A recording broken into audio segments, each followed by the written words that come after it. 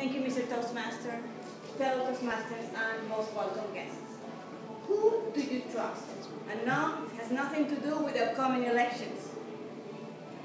I want to talk to you today about self-trust. When we live our lives in self-trust, that's when we live our best lives. We accomplish goals we never thought we could accomplish, and we feel the most fulfilled.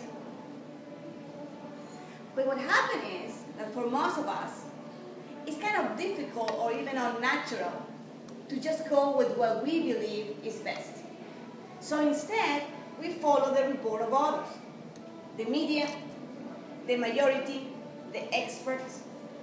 But in doing so, we forgo an opportunity to practice trusting ourselves and tapping into inner wisdom. And inner wisdom is powerful insight we're all equipped with, and is particularly designed for each one of us. We know this. What is wise for me might be a disaster for many of you, even if I'm in the media as an expert and followed by the majority.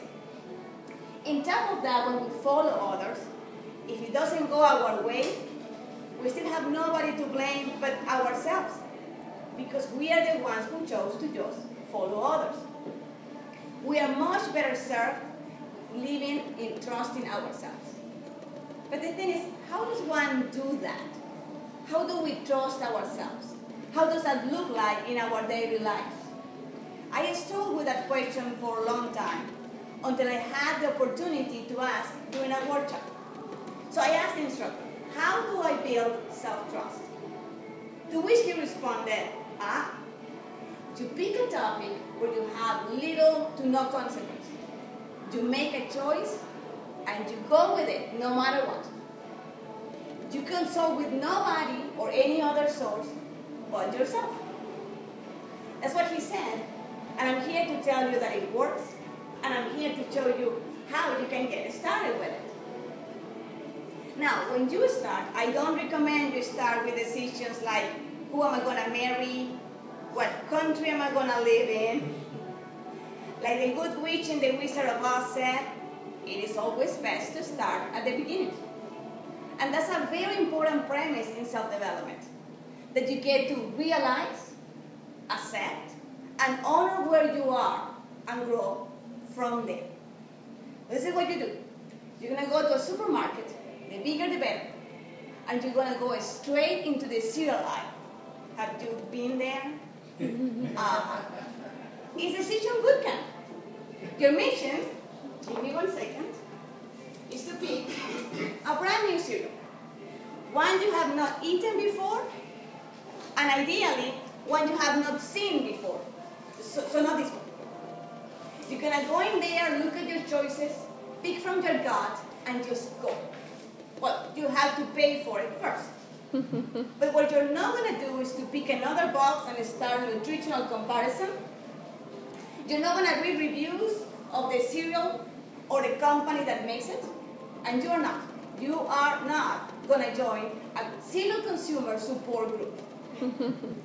See, I did that. I did this exercise for real. And as I took my box and I walked out, that felt extremely uncomfortable. See, a voice started going in my head. And it sounded more or less like this. Is that the cereal you're going to pick? Does that have enough vitamin C? How about preservatives? You know how unhealthy those are. How much is that box? It couldn't stop. So I had to respond in my head, because at this point I'm still in the supermarket surrounded by people. But I had to respond, not react, respond. And I said, thank you for sharing. Those are very good points. I am going with this one.